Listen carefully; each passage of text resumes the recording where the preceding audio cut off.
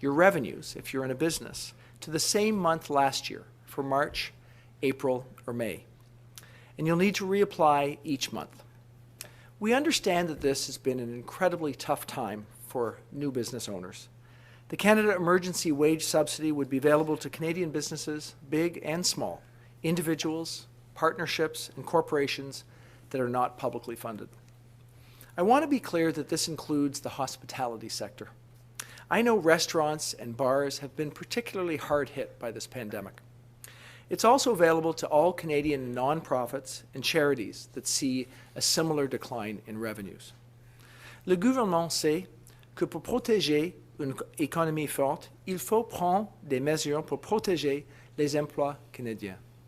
La subvention salariale d'urgence du Canada offrirait aux employeurs qui voient une baisse de 30% ou plus de leur revenu brut en comparaison avec la même période l'année dernière, une subvention salariale de 75% pour les premiers 58 700 $ de salaire normal, jusqu'à un maximum de 847 $ par semaine par employé.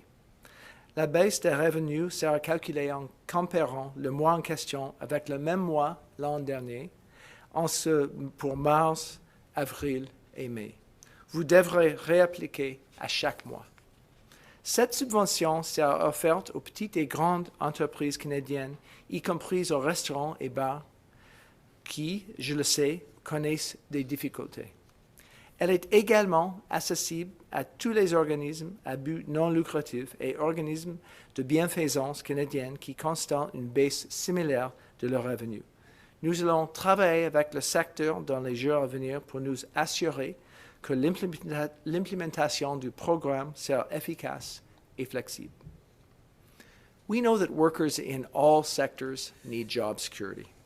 The Canada Emergency Wage Subsidy will make sure that families have a decent income and that businesses stay strong and ready to get back to work when we rise from this crisis. As an employer, you'll need to attest that you're doing everything you can to pay the remaining 25% of your workers' income. We know that this may not always be possible. The system will be flexible because what's most important is that Canadians can come back to work. My message to Canada's employers is this: get ready to rehire people. You can apply online through a Canada Revenue Agency portal that will launch soon. Funds will be available in approximately 6 weeks. Les employeurs qui utilisent cette subvention doivent faire tout ce qui est en leur pouvoir pour constituer le 25% restant de revenus des travailleurs. Mon message aux employeurs du Canada est le suivant: préparez-vous à réembaucher des gens. Vous pouvez présenter une demande en ligne via un portail de l'Agence de revenus du Canada qui sera lancé bientôt. But let me be clear. As the Prime Minister said on Monday, there will be severe consequences for any bad actor that tries to abuse this system. If, in this time of crisis, anyone attempts to use this money for fraudulent purposes, they will face severe penalties. This is a high-trust system we're putting in place, but we'll take decisive action against anyone who breaks that trust. Si, en cette période de crise, toute personne tente d'utiliser cet argent à des fins frauduleuses, elle pourrait faire l'objet de sanctions importantes. This is an unprecedented crisis, and we've taken unprecedented measures, introducing emergency support unlike any this country has ever seen. This is the largest economic program in Canada's history. We estimate this measure to protect Canadian jobs will cost $71 billion and reduce the cost of the Canada Emergency Response Benefit, which we introduced just last week, to $24 billion. We know that Canadians' need for help is urgent. You'll remember that just 2 weeks ago, I told you that we would do whatever it takes. Today, once again, we are doing exactly what is required. I want to thank all the public servants who have been working at all hours for weeks now under strange and stressful circumstances to get these emergency programs up and running. Today's announcement is the next step in Canada's COVID-19 economic response plan that is putting people first. L'annonce d'aujourd'hui se base sur les autres mesures de soutien pour les travailleurs et pour les entreprises du plan d'intervention économique du Canada pour répondre à la COVID-19, ce qui inclut le soutien pour les familles, les personnes âgées, les communautés autochtones, les femmes et les personnes sans abri. I want to take a brief moment to remind any Canadians with disabilities that these programs are here for you too, and that CRA has a variety of accessibility tools to help you. Canadians we know are facing tough times. Through our plan, we are focused on providing immediate support to them. With the Canada Emergency Wage Subsidy, we're protecting jobs. With the Canada Emergency Response Plan, we're helping those who lose their jobs.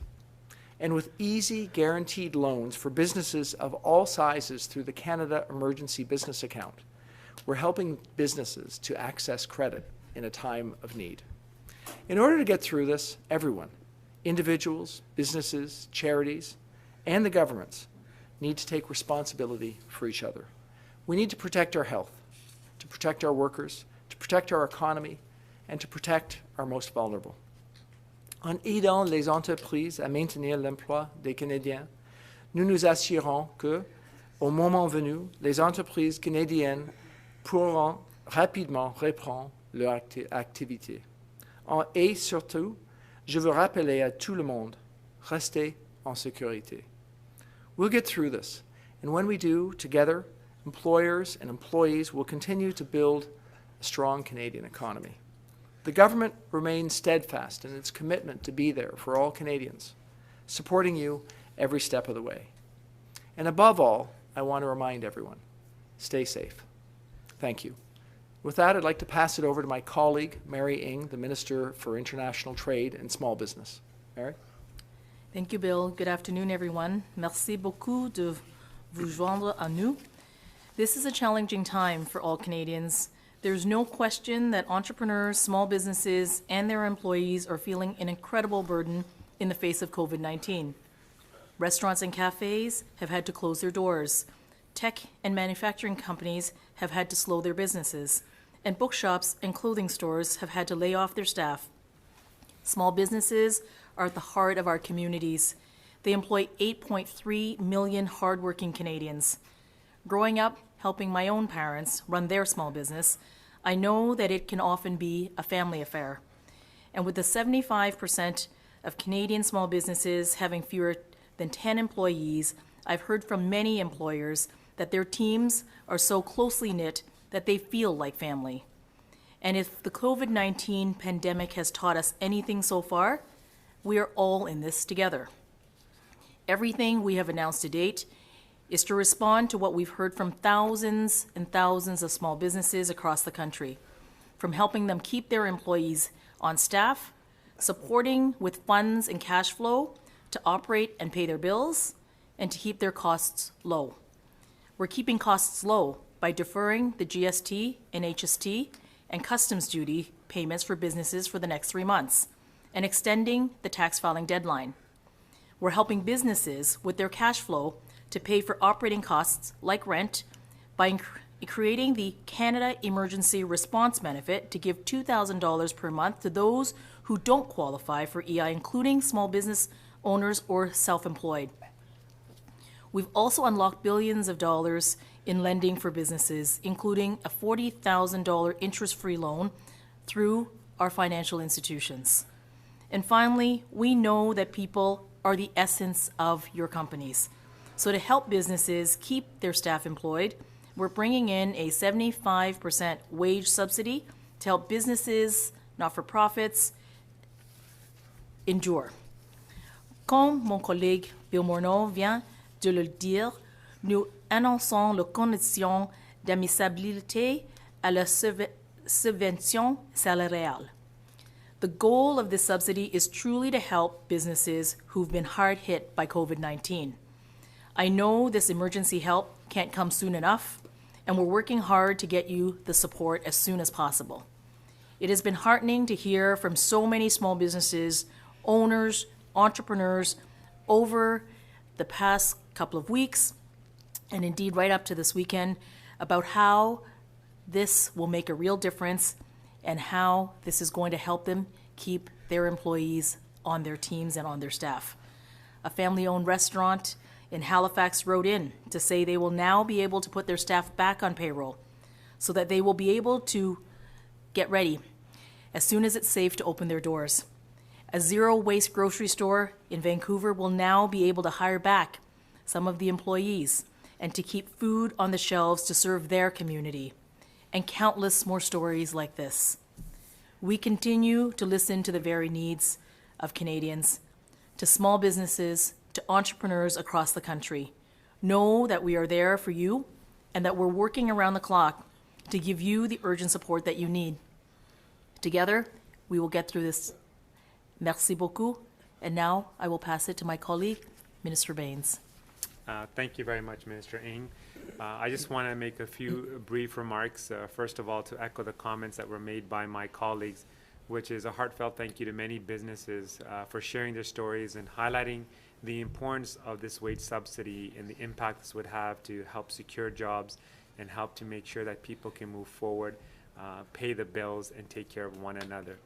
But in particular, I also want to thank the businesses that stepped up over the past several days in helping our government in mobilizing industry and helping up scale up and retool efforts for personal protective equipment, for essential medical supplies, to deal with frontline healthcare workers. Your efforts mean a lot, and I want to take this opportunity to thank you once again. We are indebted to you, and as my colleagues have said constantly and consistently, that we're in this together. One of the things I also wanted to highlight with respects to the wage subsidy today, it is also part of our government's overall agenda to make sure that people have the ability to stay employed. When you talk to businesses, they often mention their number one concern, their number one priority is talent. How do you attract talent, and how do you retain talent? And today's measures are essential for businesses to be able to succeed in the short term and long term as well by keeping essential staff on their payroll. This has been a consistent part of our government's industrial policy, the Innovation and Skills Plan, and it's a reminder that the most important resource we have are our people. And the next step after we get through this crisis, and we will get through this crisis, is to make sure that Canadians are better off, that they can pay the bills in the short term, but that companies can quickly rebound. So the measures announced today in the emergency wage subsidy is a demonstration of our ability to think through the next steps as well in order to make sure that Canadians can spend money, generate demand, create more growth and more opportunities in the coming weeks and months. So once again, I want to thank my colleagues for being here. I'd like to open up to the media for any questions they may have.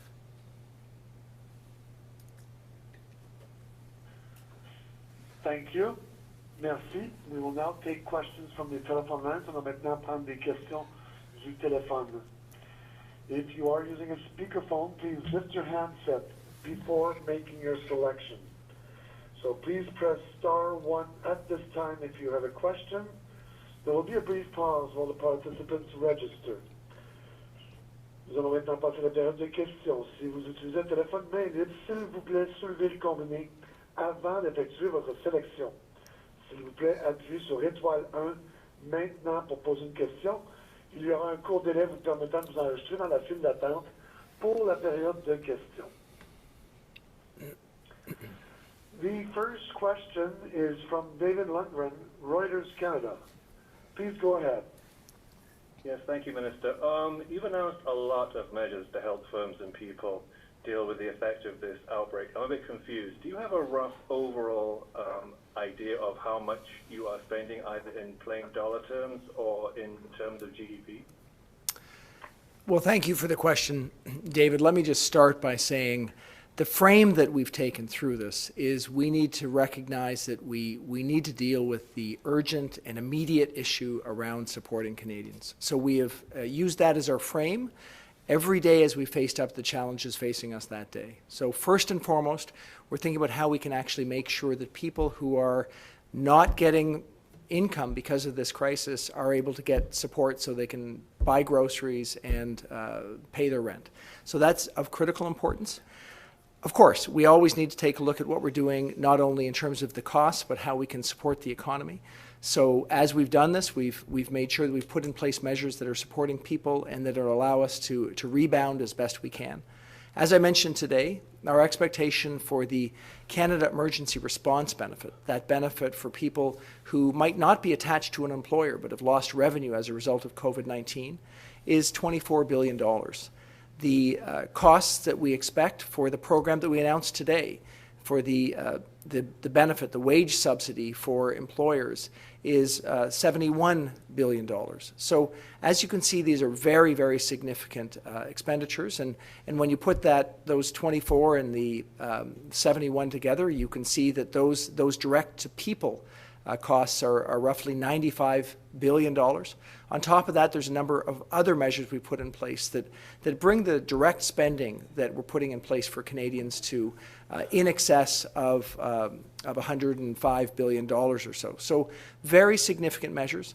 On top of that, as I think you know, we're allowing people to defer taxes. So we're allowing people to defer their taxes, their individual taxes or their corporate taxes, right out until September. We're allowing businesses to defer their GST payments through until June. So those measures are also very significant, roughly $85 million in additional ability for people to spend, for businesses to have capacity and individuals to have capacity.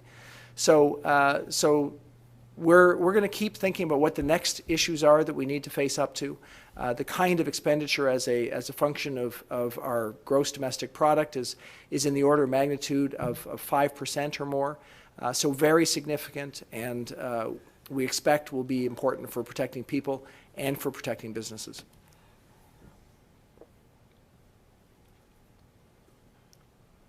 Thank you. The next question is from Kate Bolongaro, Bloomberg.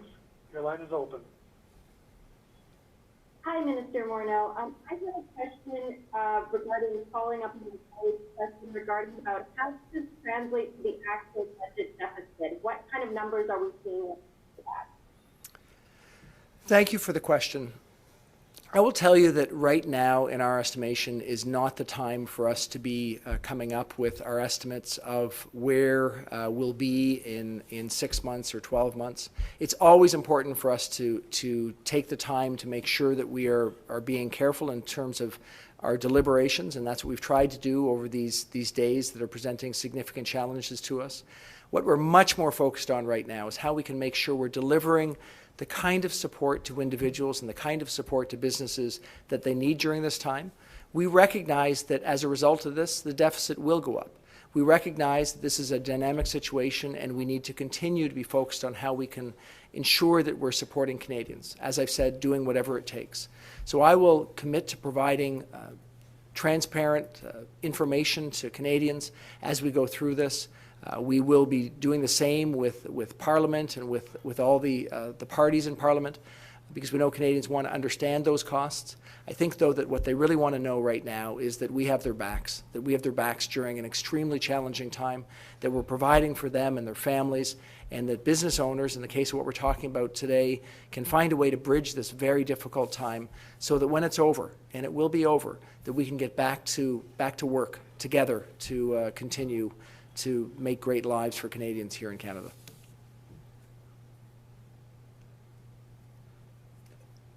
So what is the full cost of the fiscal package now? I'm sorry, I couldn't hear your question. So what is the total full cost of the fiscal package now with everything combined? The $202 billion. So now where are we at? The situation we're in right now is, as I just mentioned, the direct support to Canadians and to Canadian businesses is in the order of $105 billion. On top of that, we have deferred taxes that are another $85 billion. On top of that, we've put significant liquidity into the market. So we have put forth plans for allowing small businesses to access credit, credit that would be interest-free and that would allow them to forgive some of the costs of that. So up to $40,000 in credit, where they can actually have $10,000 of that forgiven if they pay it back. So that's another, on top of that, that's another $25 billion plus another $40 billion in liquidity. So you really have to add each one of these things together to see how significant the support is for individuals, for businesses, and for our economy. And we commit to continuing to focus on how we can ensure that we have that sort of support so people can get through this time.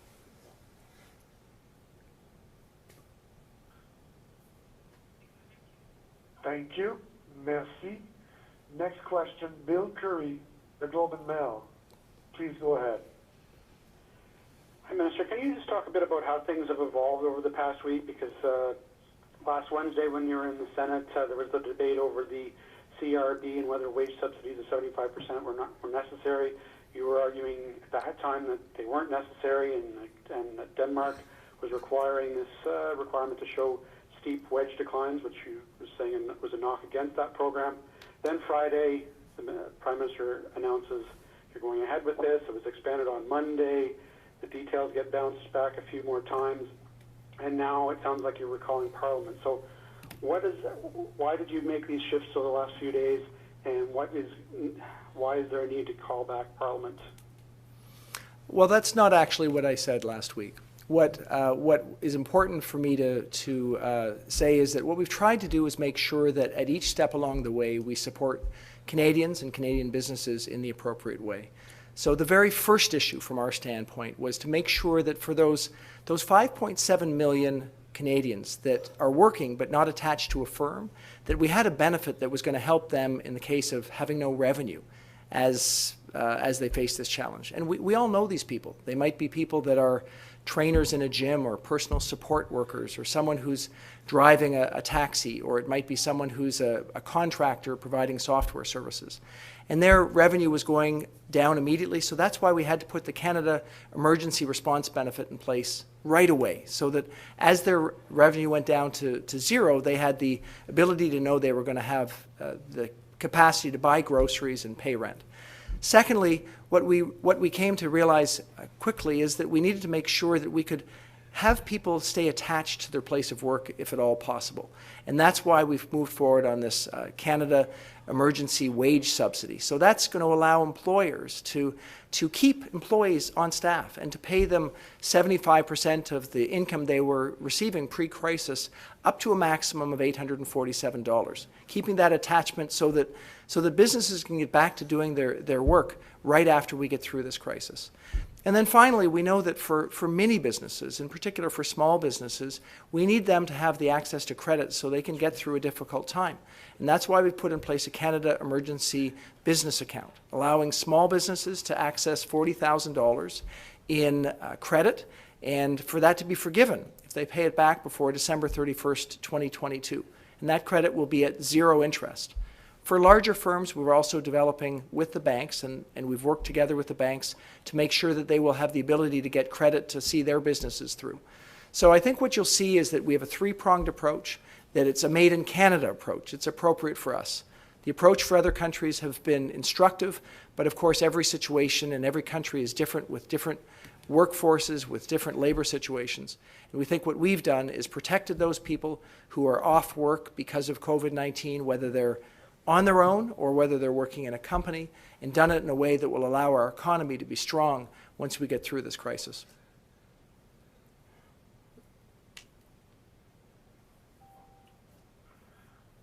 Thank you. The next question is from David Aiken from the Global News. Please go ahead.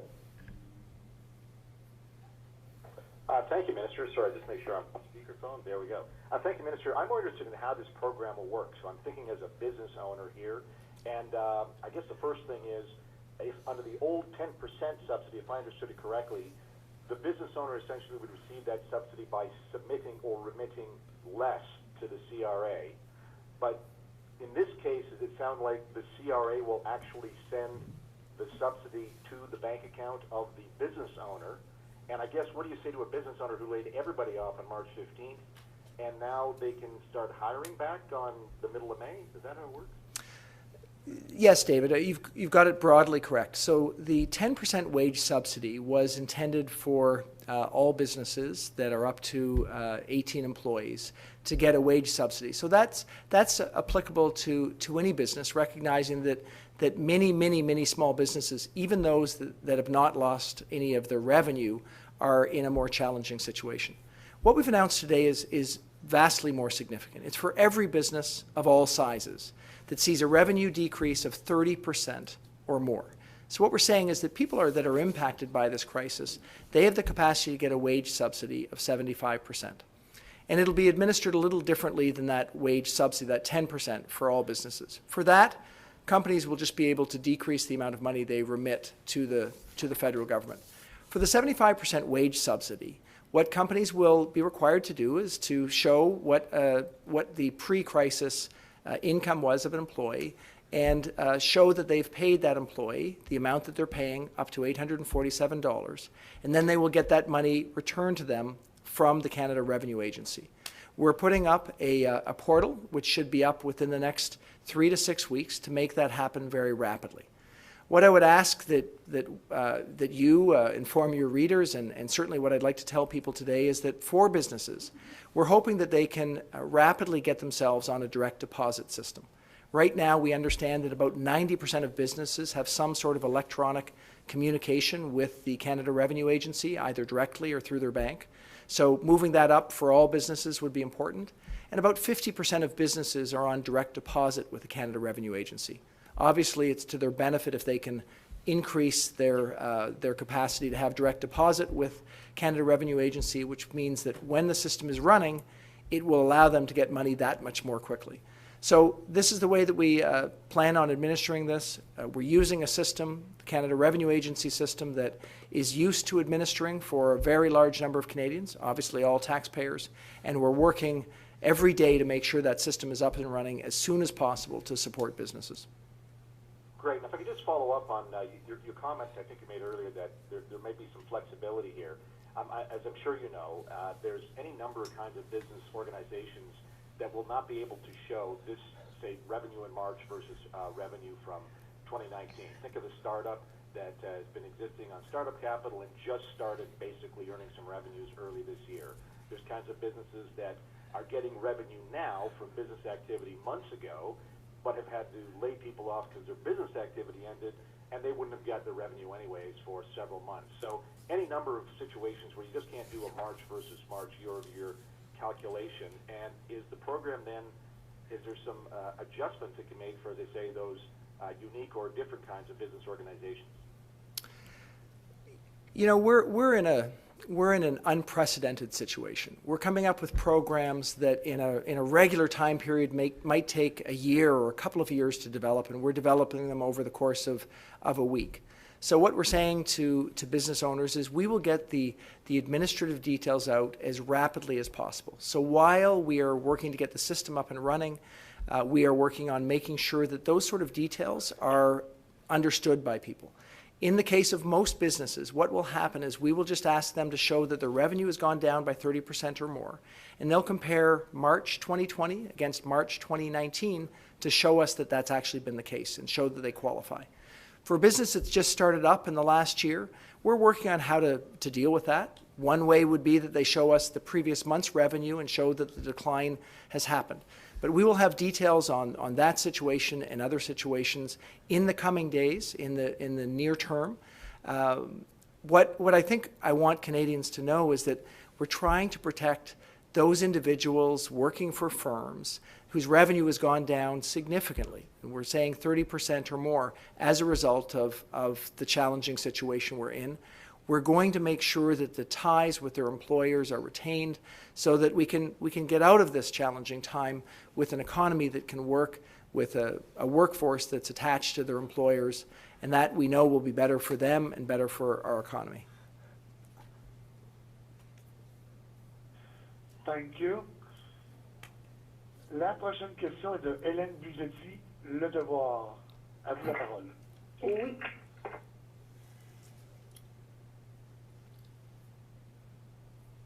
Madame Buzetti? Oui, bonjour. Actually, yes. Hi, can you hear me? Yes, I can. Yes, Minister, I wanted to ask you the question in English because it's actually very technical. It was about the remaining 25%. It's not clear to me whether it's compulsory to pay it for a business owner or if it's an aspirational goal. You mentioned that they have to prove that they try everything to give that 25%. How can they make that proof? Well, here's the thing. We think that we all need to be working together in a time of crisis. We know that Canadians are stepping forward in ways to support their neighbors, to support their family, to support their friends. We all expect that of each other in a time of crisis. What we're saying to businesses is, yes, we will provide a 75% wage subsidy. So, you know, if you were paying someone before this crisis at $60,000, we're going to provide a 75% wage subsidy. So that means up to $45,000. So that's what we're committing to do. We're asking businesses, if they can, to pay that extra 25%. We're recognizing that not every business will be able to do that. So we're committing to the subsidy. We want the businesses to be attached to their employees for the long term to get through this. And we know that in many cases, businesses will find a way to pay the full 100%. In others, they won't be able to. So it is something that I'm trying to encourage business owners to do. I know that we're all in this together. I know that in the cases where they can't afford to pay their workers, they will try and do that. That's what I've had business owners come to me and say. And in other cases, they won't be able to, and we recognize that too. We need to get through this intact, and by taking that sort of approach, we think that it's the appropriate way to deal with this challenge. And merci pour être en anglais. C'était beaucoup plus facile pour moi.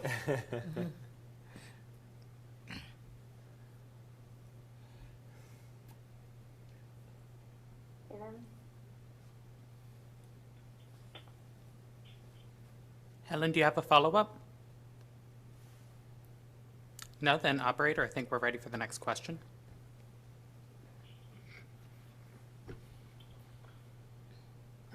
La prochaine question est de Catherine Lévesque, pour la presse canadienne. À vous la parole. Oui, bonjour, Monsieur Morneau. Moi, je vais poser ma question en français. Alors, on en comprend que le portail sera en ligne pour les entreprises d'ici 6 semaines. Ma question, c'est donc à quel moment les entreprises auront-elles l'argent en main? À quel moment vont-elles recevoir des chèques? Et puis, est-ce qu'on en comprend avec ce délai que les travailleurs, pendant ce temps, pourront appliquer pour la prestation canadienne d'urgence? Merci. C'est une bonne question. Nous essayons d'avoir le système aussitôt que possible. Nous travaillons avec l'Agence de revenus du Canada. Nous pensons en ce moment que ça va prendre entre 3 semaines et 6 semaines pour les entreprises. Ça veut dire que nous espérons d'avoir le système en 3 semaines, mais on ne peut pas être précis jusqu'à on a chaque détail. Mais la chose importante est que les gens peuvent être dans la prestation d'émergence aussitôt que possible, donc la semaine prochaine. Mais c'est important pour les entreprises de considérer s'ils peuvent réembaucher avec leurs employés maintenant, et de cette façon, ils peuvent leur payer, et après, nous allons payer les entreprises. Donc, je crois que ça va fonctionner pour eux, et sûrement, on va avoir les cas où c'est difficile, mais nous pensons qu'avec notre approche, les entreprises peuvent avoir leurs employés dans les prochains jours et pour leur payer. OK, merci beaucoup. Et ma question suivie, c'est, il y a déjà des syndicats qui demandent à ce qu'il y ait des mesures mises en place pour éviter les abus de la part des employeurs. Je pense entre autres aux métallos qui demandent que les PDG ou disons les dirigeants d'entreprise ne s'attribuent pas de boni pendant cette période. Je me demandais qu'est-ce qui va être fait pour éviter les abus des dirigeants d'entreprise. Pour moi, la chose importante, nous devons assurer que l'argent qui va venir aux entreprises est pour les employés. C'est pour ça que nous allons avoir une approche où ils devraient nous assurer qu'ils ont déjà payé leurs employés, et de cette façon, nous savons que l'argent est pour leurs employés. Ça, c'est très important. Et bien sûr, ce que je voudrais dire, nous sommes tous ensemble avec un défi énorme. Et de cette façon, je vais dire aux entreprises, aux PDG, nous devons être ensemble, nous devons avoir une approche qui va assurer tout le monde que nous avons confiance, qu'on peut être ensemble, on peut avoir les facilités d'être dans une meilleure position après la crise. Et de cette façon, j'ai beaucoup de confiance que les gens, soit les gens qui sont employés ou les PDG, va assurer que nous pouvons travailler ensemble dans la crise.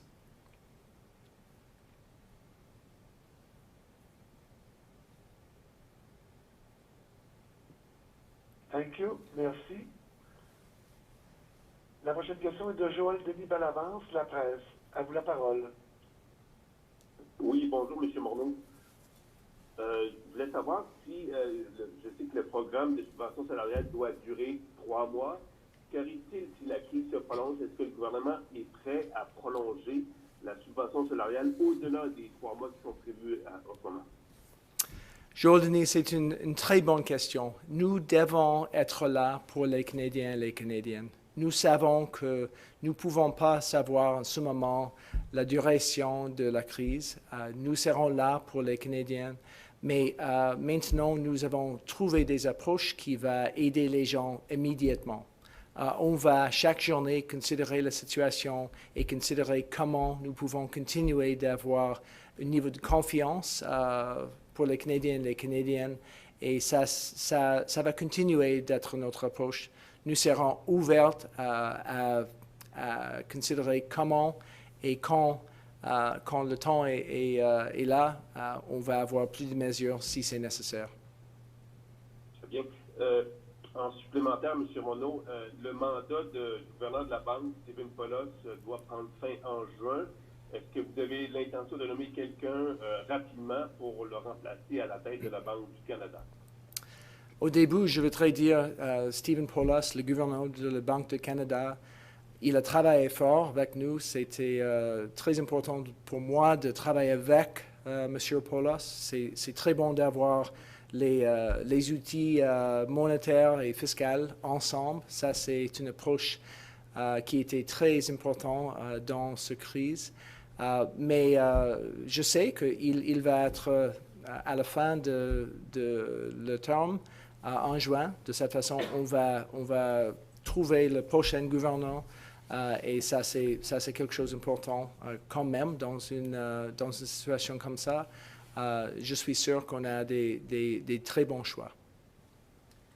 Thank you. That concludes the question period for today's press conference. I will hand it over to Minister Morneau for closing remarks.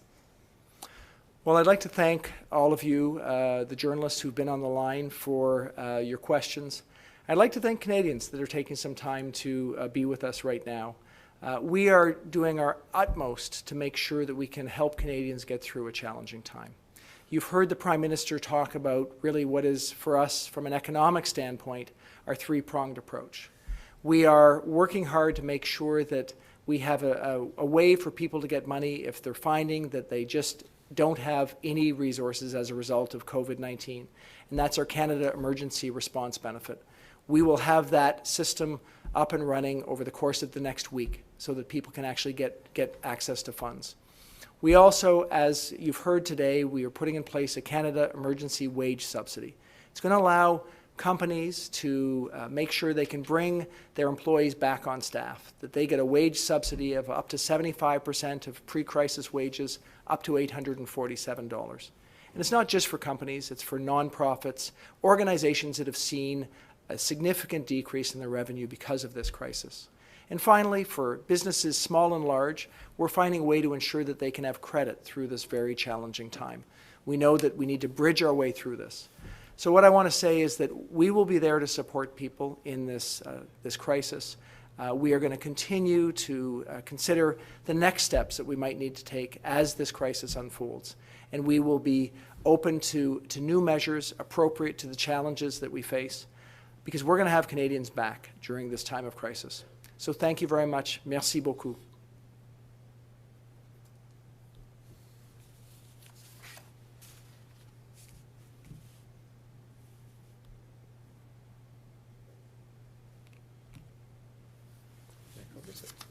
Thank you.